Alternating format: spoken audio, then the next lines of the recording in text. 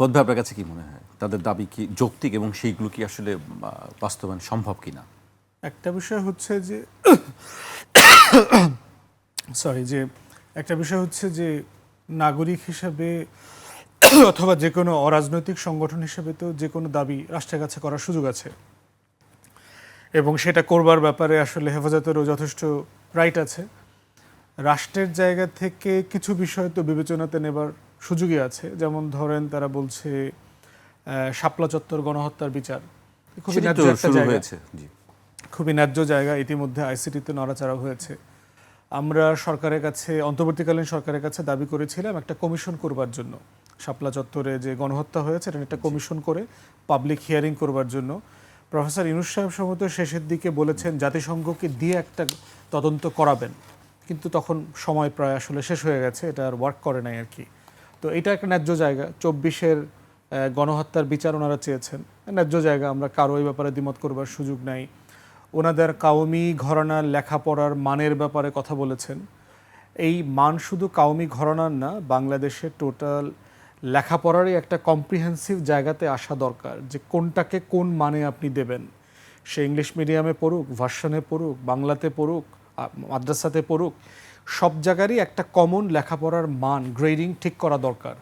তা না হলে যেটা হচ্ছে যে রাষ্ট্র খুবই সেগমেন্টেড হয়ে যাচ্ছে চিন্তায়, লেখাপড়ায়, যার যার প্যারালাল লেখাপড়ার কালচার ডেভেলপ করতেছে, যেটা সমাজের নাগরিক যে সম্পর্ক, সেই সম্পর্কের ভারসাম্য নষ্ট করে দেবে। পার্বত্য চট্টগ্রাম নিয়ে কথা বলেছেন, খুবই ন্যায্য। আমরা নিজেরাও বিভিন্ন সময় এটা নিয়ে কথা বলেছি। পার্বত্য চট্টগ্রামে গুরুত্বপূর্ণ যে কাজটা করা দরকার সেটা হচ্ছে সকল এনজিও কার্যক্রম নিষিদ্ধ করে দেওয়া দরকার রাষ্ট্রের। এটা একটা ন্যাশনাল সিকিউরিটি থ্রেট হয়ে গেছে। কারণ যেই লেভেলে আপনার খ্রিস্টান মিশনারিরা ওখানে কাজ করছে, অধিকাংশ ছোটোখাটো গোত্রগুলো প্রায় এন্টায়ারটি খ্রিস্টান হয়ে গেছে।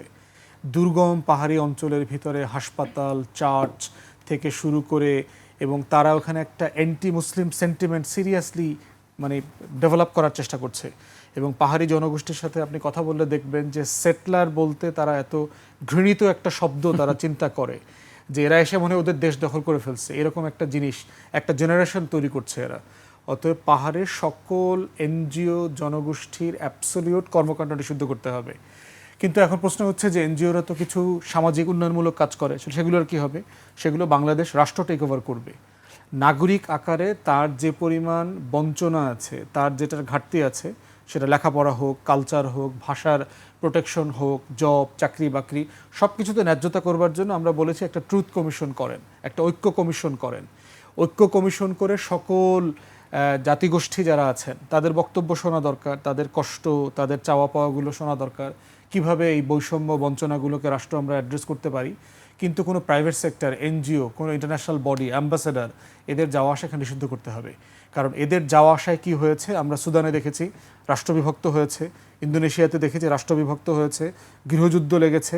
সারা দুনিয়াতে এই সুশীল বাংলাদেশের কিছু এই বাম তথাকথিত সেকুলার আওয়ামী টাউটবাটপার সুশীল আছে, এরা বুদ্ধিজীবী, এরা অন্ধকারময় আইনজীবী, এরা হইল আপনার গণমাধ্যম কর্মী, এরা আদিবাসী দিবস পালন করে।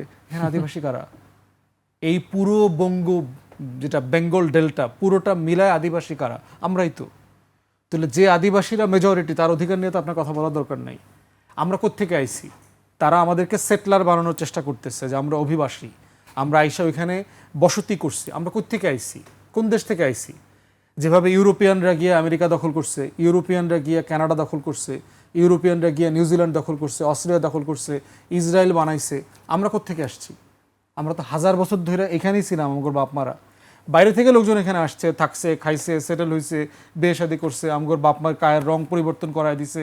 কিন্তু এটা তো, আমরা তো কোথাও যাইনি, আমরা তো এখানে ছিলাম। তাহলে আমরা তো সেটলার না, আমরা এখানকার আদিবাসী, বেঙ্গল ডেল্টার আদিবাসী। অতএব ওই পাহাড়ি জনগোষ্ঠী যারা 100, 150, 200, 250 বছর আগে ভিয়েতনাম থেকে, ফিলিপিন থেকে, বার্মা থেকে, চায়না থেকে, ইন্ডিয়া থেকে আসছে, তার আদিবাসী হয় কিভাবে? আজকে ধরেন যে রোহিঙ্গারা আছে না বাংলাদেশে, লাখ লাখ রোহিঙ্গারা আছে না, 200 বছর পর ওরা কি আদিবাসী ক্লেম করবে? আমরা কি এটা অ্যালাউ করবো যে আমরা এখানে 200 বছর ধরে থাকি কক্সবাজারে, অথবা কক্সবাজারে আমার যারা বাঙালি আছে আগে থেকে, তোমরা যাও, ভিতরে যাও, তোমরা সেটলার এখানে? তাহলে এই যে চক্রান্তটা, এটা খুব ভয়ঙ্কর। এটা কুপ্ল্যান প্ল্যান ছিল ব্রিটিশ আমল থেকে।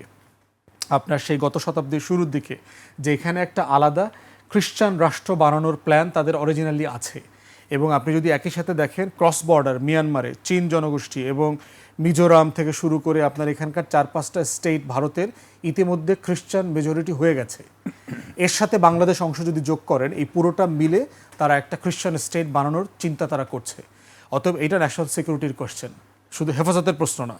এবং এই দাবিটা স্যাডলি বাংলাদেশের মূলধারাতে আলোচনা নাই, কারণ বাংলাদেশের এই মূলধারার সকল গণমাধ্যম এবং এই যারা বুদ্ধিজীবীরা আছে, এরা সব এই পশ্চিমের এই দালালি করতেছে, এনজিও ব্যবসা করে, ওর টাকায় খায় এরা। এবং দেখবেন সব এনজিও ব্যবসায়ীরা আদিবাসী দিবস পালন করে, কারণ আমেরিকার টাকা দিয়ে ওর ব্যবসা চলে, ওর প্রজেক্ট চলে।